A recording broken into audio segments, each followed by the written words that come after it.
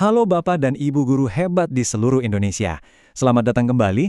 Nah, dalam beberapa menit ke depan, kita akan bedah tuntas nih gimana caranya merancang sebuah pembelajaran yang mendalam, yang benar-benar ngena di hati murid, dan pastinya kita akan pakai platform Rumah Pendidikan sebagai alat bantu praktisnya. Yuk, kita mulai.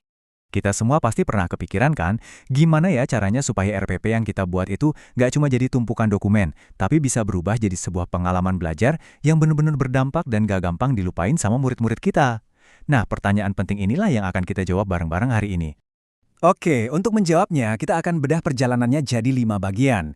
Kita mulai dari fondasi dasarnya dulu, terus kita pahami alur dari pembelajaran mendalam itu seperti apa, baru kita masuk ke 4 tahapan praktisnya.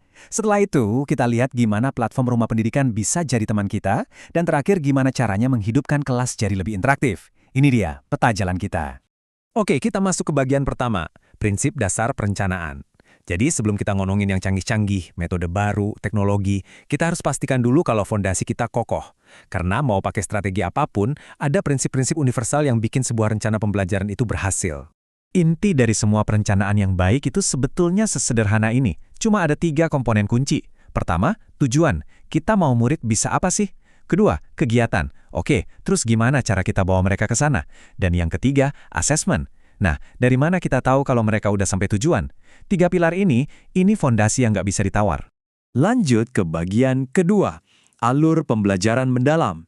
Sekarang, yuk kita kenalan sama kerangka kerjanya. Pembelajaran mendalam ini bukan sekedar checklist atau daftar tugas ya, tapi ini adalah sebuah siklus yang hidup, di mana setiap langkahnya itu saling nyambung dan saling menyempurnakan.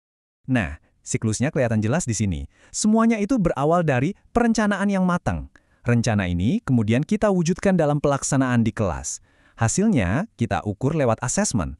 Nah, yang keren, hasil dari asesmen ini nggak berhenti di situ aja, tapi jadi masukan super berharga buat menyempurnakan perencanaan kita berikutnya. Inilah yang bikin cara ngajar kita terus berevolusi.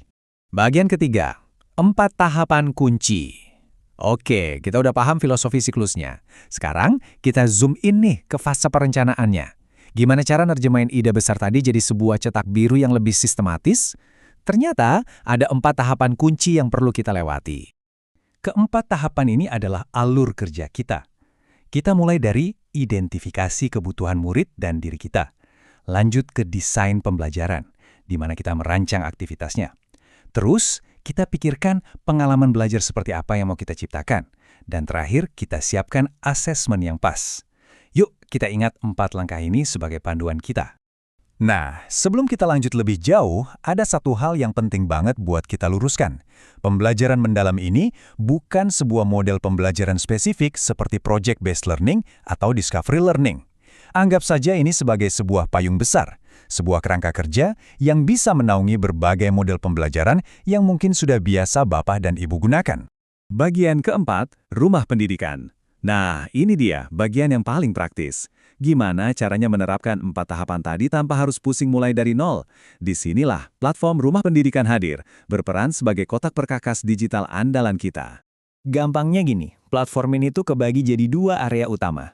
Ada yang namanya ruang GTK, ini dirancang khusus untuk kita, para guru. Dan ada juga ruang murid yang isinya konten-konten seru buat para siswa. Nanti keduanya bakal kita manfaatkan. Waktu Bapak dan Ibu pertama kali buka aplikasinya, pasti akan disambut dengan beranda kayak gini. Wah, banyak banget ya layanannya. Tapi tenang, untuk proses perencanaan kita, fokus utama kita akan ada di dalam ruang GTK.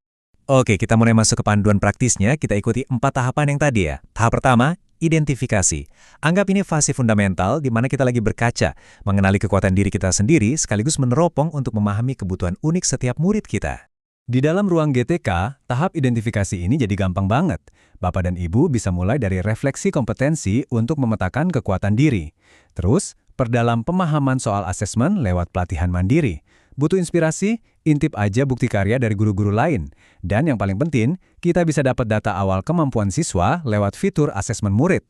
Semua info ini jadi fondasi kuat buat perencanaan kita. Baik, setelah kita punya pemahaman yang kuat tentang diri kita dan murid-murid, sekarang saatnya kita masuk ke tahap 2 dan 3, yaitu merancang desain dan pengalaman belajarnya secara nyata. Untuk tahap desain ini, Rumah Pendidikan udah nyiapin semuanya. Bapak dan Ibu bisa cari ribuan referensi modul ajar di perangkat ajar. Mau ngecek apakah sudah sesuai kurikulum? Langsung aja akses CP/ATP atau capaian pembelajaran yang resmi. Bahkan materi dasar kayak buku guru dan buku siswa bisa langsung diunduh dari fitur buku. Praktis banget kan? Semua ada di satu tempat. Bagian kelima, pembelajaran interaktif. Perencanaannya udah oke, sekarang gimana eksekusinya di kelas? Yuk kita lihat gimana platform ini bisa bantu kita menghidupkan suasana belajar dan bikin siswa jadi lebih aktif terlibat. Kuncinya adalah dengan memanfaatkan harta karun yang ada di dalam ruang murid. Coba bayangin, kita bisa ambil konten-konten super menarik dari sana dan kita tampilkan langsung di papan tulis interaktif atau proyektor di depan kelas.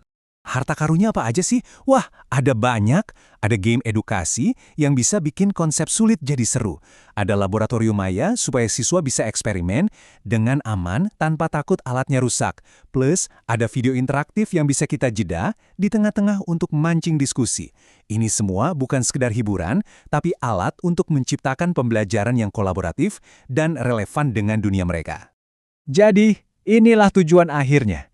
Dengan menggabungkan prinsip perencanaan yang kuat dan memanfaatkan alat-alat digital yang tepat, kita sebagai guru benar-benar diberdayakan untuk menciptakan sebuah lingkungan belajar yang modern, efektif, dan yang terpenting, seru dan menarik bagi murid.